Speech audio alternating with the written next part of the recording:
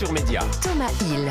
Et on démarre donc cette émission avec nos deux experts médias, Florian Sem et Benjamin Rabier, pour parler de ce mercato et de ce qui nous attend à la rentrée. Alors je vous propose de prendre un peu les chaînes dans l'ordre, avec TF1 d'abord, qui est la première chaîne d'ailleurs à avoir fait sa conférence de rentrée, donc on y voit assez clair sur la rentrée de TF1. Et alors, on ne peut pas dire qu'ils aient beaucoup agité le mercato. Moi, j'ai noté seulement l'arrivée des célèbres youtubeurs, la McFly et Carlito, sur un jeu autour du mini-golf qui s'appelle Crazy Mini Golf. Est-ce que vous pensez que ce jeu et les incarnants, c'est une bonne idée pour TF1, Florian ? Florian. Moi, je pense que oui. En tout cas, c'est un bon pari parce que c'est la poursuite de leur objectif transition, c'est-à-dire d'aller chercher les jeunes, d'aller chercher ceux qui regardent la télé ou se divertissent via le digital. Ouais. McFly et Carlito, tout le monde ne le sait pas forcément, c'est 7 millions d'abonnés sur YouTube, 6 millions d'abonnés sur Instagram, c'est une tranche de 15-35 ans qui les suit et qui les aime. Et en plus, il y a un deuxième effet qui se coule, c'est que c'est pas non plus des youtubeurs ultra modernes, ils sont déjà un peu vieux. Donc c'est-à-dire qu'ils ont aussi ce côté nostalgique du YouTube des années 2010, vous voyez. Donc pour TF1, je sais pas si ça marchera parce que c'est un jeu américain qui date de 2020, je crois, mais qui cartonne là-bas. Nous, on n'est pas américains, on verra comment réagit le public, mais je pense que c'est très très jouable que ce soit un pari intéressant, en tout cas. Vous y croyez, vous aussi, Benjamin Rabier ? Alors moi j'ai un doute sur le jeu, sur le concept en lui-même. Un mini-golf à la télé, j'ai un peu du mal à y croire. Mais sur McFly et Carlito, évidemment, je trouve que c'est une super idée. C'est un très joli coup de TF1. Comme l'a dit Florian, on compte même plus leurs millions d'abonnés sur les réseaux. Et je trouve que il y a un effet de com' en tout cas au départ. Ouais, déjà c'est un coup de com' super. Je pense que c'est deux youtubeurs assez déjantés. Donc pour commenter du mini-golf, sur le papier, ça peut être drôle. Et puis surtout, ça va permettre à TF1 de rajeunir son audience encore une fois. En plus, depuis la semaine dernière, les programmes de TF1 sont sur Netflix. Donc, pour Netflix, c'est aussi une bonne opération, enfin pour TF1, d'avoir un programme de jeunes qui va arriver sur Netflix. Là, on voit, par exemple, Secret Story qui a débuté il y a 2 jours et le premier programme TF1 a intégré le top 10 des séries les plus vues sur Netflix. Donc, pour TF1, avoir un programme comme ça, c'est aussi rentrer dans l'algorithme Netflix, je pense. Mais ça veut dire aussi qu'ils abandonnent vraiment l'idée de cartonner en linéaire, non ? Est-ce qu'il n'y a pas ça aussi derrière ce virage-là ? Pour moi, c'est un autre public. On l'a vu avec Qui sera le plus nul, qui pour moi est l'un des derniers tests qu'ils ont fait en termes de divertissement un peu décalé venu de YouTube, qui a cartonné, qui a fait plus de 4 millions de téléspectateurs pour le premier épisode à la télé. Donc c'est qu'il y a encore un public qui regarde la télé.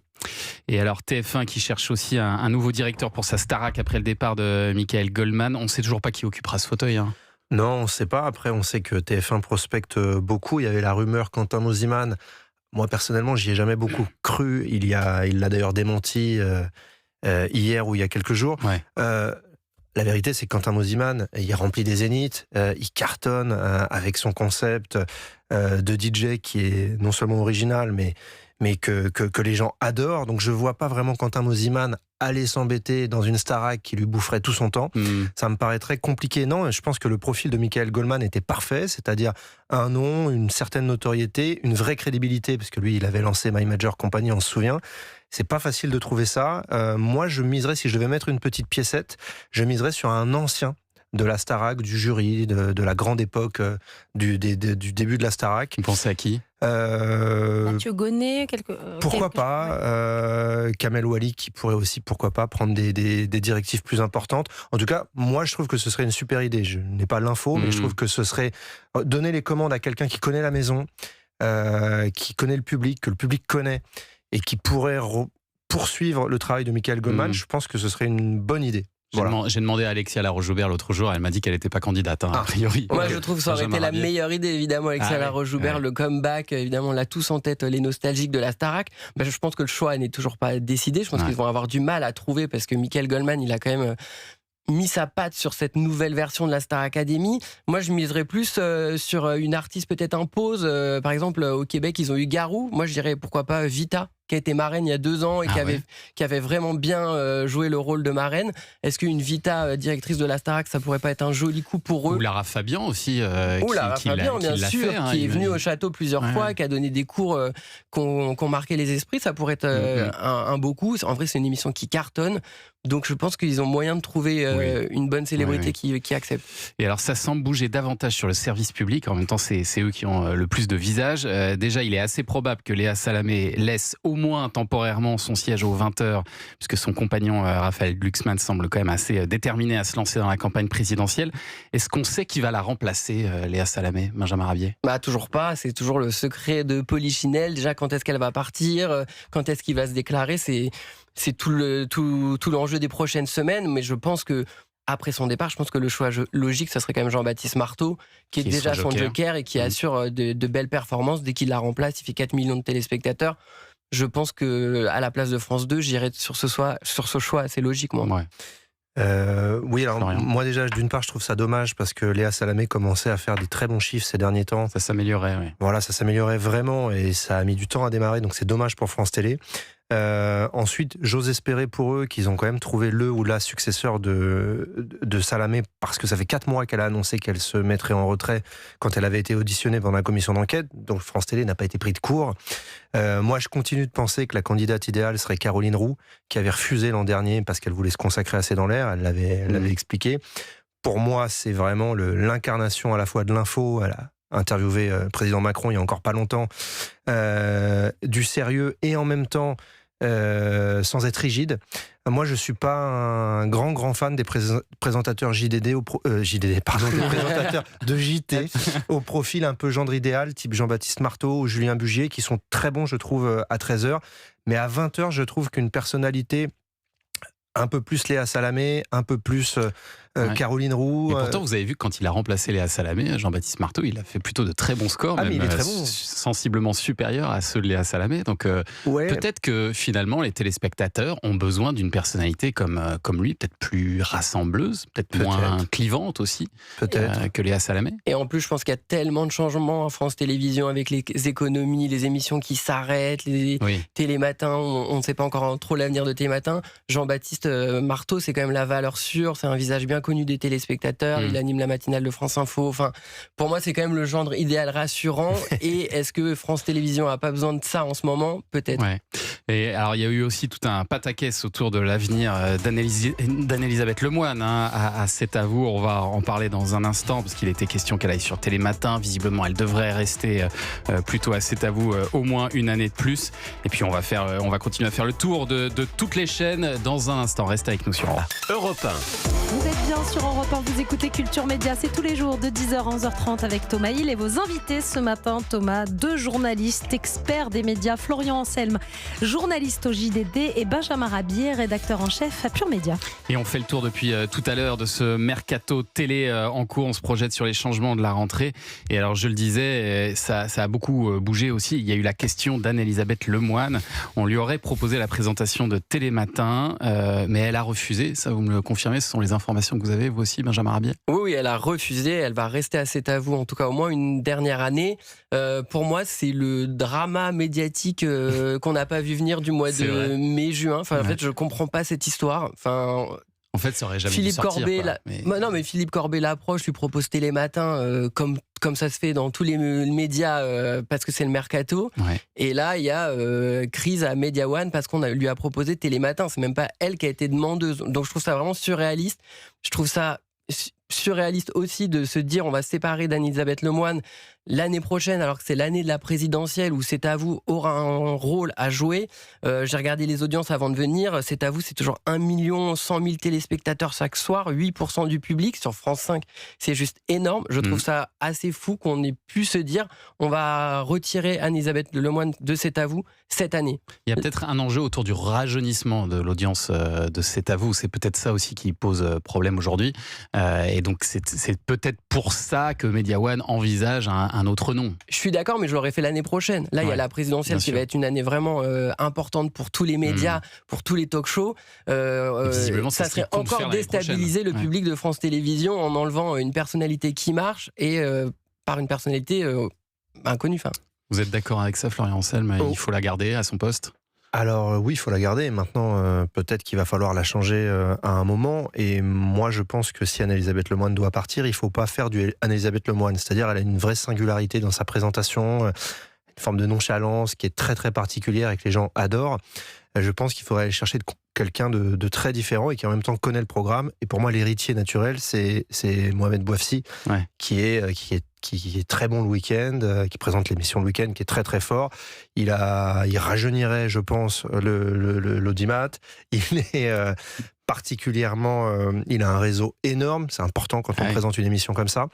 Moi, je le verrais bien, voilà, parce que j'ai entendu des noms. Plus qu'Aurélie Casse, on a parlé d'Aurélie Casse notamment. Portolano aussi, qui est très fort dans le divertissement et dans ce type de programme. Moi, je verrais pas Aurélie Casse.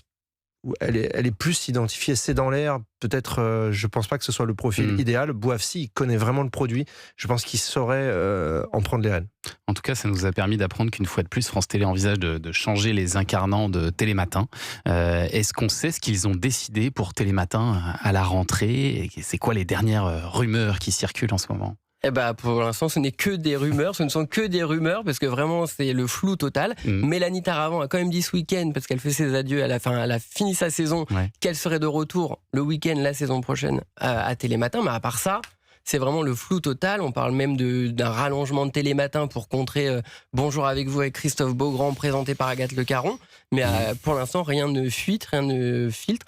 Donc je pense que je ne sais même pas si c'est vraiment acté pour l'instant.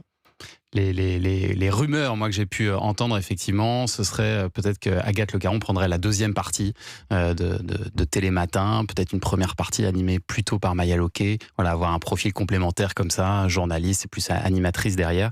Mais effectivement, ce ne sont que des rumeurs et on verra ce que ça donne dans les jours à venir. Et encore une fois, je pense que ça montre une insécurité de la part de France Télévisions d'encore changer un incarnant. Télématin, là, depuis 3-4 saisons, c'est tous les ans, ça change. C'est une valse. C'est quand même la matinale la plus suivie de France. Je trouve que c'est pas des bons signaux envoyés aux téléspectateurs. En plus, à cette heure-là, c'est quand même beaucoup de personnes âgées, on va dire. Je trouve qui ont besoin de repères. Qui ont besoin de repères. De vrais incarnants. Damien Thévenot, pour moi, c'est l'image de Télématin depuis 20 ans. Je comprends pas qu'on puisse... de stabilité, surtout. De stabilité. Il faut laisser... Il faut laisser leur chance au produit, en fait. Ils ont fait une saison qui a plutôt bien marché. Certes, TF1 derrière marche de plus en plus avec Bruce Toussaint, mais encore du changement, je trouve que c'est un risque dur à prendre. C'est souvent le risque quand on voit des gens se rapprocher un petit peu derrière, c'est la panique et l'envie de changer, mais c'est peut-être pas le meilleur réflexe, effectivement. L'une des grandes nouveautés de la rentrée sur France Télé, ce sera la relance d'une émission politique née en 1982. Comme Anissa, donc c'est dire si ça date. Si c'est vieux. Si c'est jeune. Merci Benjamin. Merci. L'heure de vérité. Je suis de 81, moi, donc ça. L'heure de vérité. Caroline Roux à la présentation. Vous qui aimez beaucoup Caroline Roux, Florian Janssen. J'adore. Est-ce qu'on sait qui seront les journalistes autour d'elle? Là, on y voit à peu près clair. A priori, on partirait sur Thomas Porcher, Benjamin Duhamel et Eugénie Bastier. Voilà, ce serait le trio gagnant qui l'accompagnerait. Moi, je trouve que c'est une bonne formule. Reste à voir si cette émission, pour rappeler aux plus jeunes qui nous écoutent qu'elle a été lancée en 1972, donc c'est quelque chose qui n'est pas nouveau. J'étais sur 82, moi. Bim. 72, première version 72. Première version. Il y a eu deux versions. Donc la vraie année de naissance d'Anissa. Non, merci Benjamin. Oui, est-ce que ça parle encore aux gens? C'est-à-dire que voilà, c'est quelque chose. Le concept est très bon. Mais je pense qu'il ne faut pas essayer de refaire exactement la même chose qu'avant. Il faut que Caroline Roux s'en empare. Je pense qu'entre sa personnalité et le casting qui l'accompagne, c'est une très bonne chose. En plus, France Télé a décalé le lancement. Ça devait arriver un peu plus tôt. Ils n'étaient pas prêts, ils ont attendu un peu. Ça arrive à la rentrée, une année de présidentielle. Je pense que il y a tous les éléments pour que ça cartonne et que ce soit un vrai rendez-vous. Julien Pichenet? Non, la question que je me pose, c'est est-ce qu'ils vont garder le générique historique? Parce que c'était quand même Live and Let Die de Paul McCartney. Je pense que oui, ils n'ont pas le choix. Je pense que c'est la signature de l'émission s'ils enlèvent ça. Parce que c'est vrai que ça crée une ambiance dingue immédiatement. Quoi. On a vérifié, apparemment, c'est vraiment 82. 72, pour moi, c'est 82. Moi, j'ai 72 en tête. Bon, une année en deux. Voilà, c'était ça, Live and Let Die. C'est vrai qu'il est génial ce générique. Il est génial, mais pour moi c'est vraiment un effet de com, un effet de com. Je suis vraiment pas sûr que les gens attendent le retour de cette émission. L'année prochaine, on sera en pleine élection présidentielle. Caroline Roux, elle aurait présenté l'événement en prime. Ouais. Ça aurait été la même chose. Je pense que je suis pas hyper convaincu par ce retour. Je pense que déjà elle a du mal à imposer l'événement. On l'a vu avec Macron il y a quelques jours, ça marche pas de fou. Là, il relance une émission, mais en fait, ce qu'on va vouloir voir l'année prochaine, c'est les bons candidats à la présidentielle au bon moment, sur le bon plateau télé. Chaque chaîne va avoir son émission de télé, que ça s'appelle, j'ai pas de nom en tête, mais voilà. Moi, je suis pas convaincu, quoi. En tout cas, économie oblige, il y aura pas d'Interville cet été. Le jeu de l'après-midi de Cyril Ferraud, Duel en famille, devrait s'arrêter aussi, comme Flavie en France, le programme Vue aussi, héritier du zapping. Flavie Flament, elle qui a vite retrouvé une place quand même aux côtés de Jimmy Mohamed sur le service public, dans le Mac de la santé, qui change de chaîne et d'heure. Alors là aussi, bonne idée ou pas? Est-ce que ça peut déstabiliser le public selon vous? Qu'est-ce que vous en pensez, Florian Sem ? Ouais, moi je pense que ça peut le déstabiliser complètement. Benjamin le disait à propos de Télématin. Je pense que le public, qui n'est pas un public jeune, a besoin de repères, de vrais repères. Là, typiquement, c'est pour moi la meilleure formule, le meilleur cocktail pour que ce soit indigeste, pour que ça fonctionne pas. Mais bon, après, on verra. On a encore une petite minute pour parler d'M6 quand même, il faut qu'on parle un peu d'M6 avec l'arrivée d'Olivier Mine l'an dernier. C'est Laurence Boccolini là, qui revient. On a vu aussi Benjamin Castaldi l'autre jour qui nous disait qu'il allait rejoindre l'équipe de Cyril Hanouna et qu'il envisageait même d'autres choses avec le groupe M6. Est-ce qu'on en sait plus sur ce qu'ils vont faire tous les trois? Il y a notamment cette idée de relance de Money Drop, un jeu culte animé par Laurence Boccolini. Visiblement, ça ne serait pas Laurence Boccolini à la présentation, Benjamin Rabier? Alors visiblement, c'est quand même des négociations en interne, c'est une question aussi d'argent, mais moi je trouverais ça fou de relancer Money Drop sans Laurence Boccolini alors qu'elle a rejoint le groupe M6. Et qu'elle rêve de le refaire. Et qu'elle rêve de le refaire, qu'elle dit partout, voilà, même ici, qu'elle veut le refaire, je trouverais ça assez fou, surtout qu'elle a fait son retour donc, à la télé il y a quelques semaines sur W9, que son prime a été un vrai succès.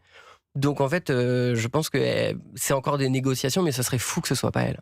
Et la surprise, c'est le retour aussi d'un jeu alors très original, mais qui n'avait pas très bien fonctionné en première saison, Destination X. Est-ce qu'on sait là aussi qui pourrait présenter ça?